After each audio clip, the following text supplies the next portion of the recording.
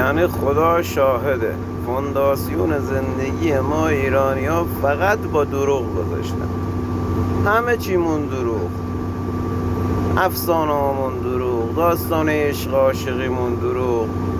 من نیم ساعت دارم نگاه بیل مکانیکی با این امکانات میکنم، با این قدرت.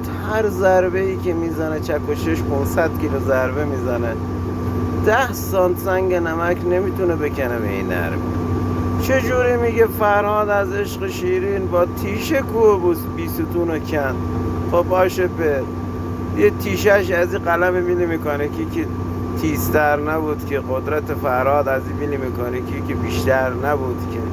همه چیمون دروغ، از همون اولش به ما دروغ گفتن. خدای چه گناهی کردیم که تو ایران دنیا اومدیم؟ گناه ما چی بود؟ ما چی کار کردیم؟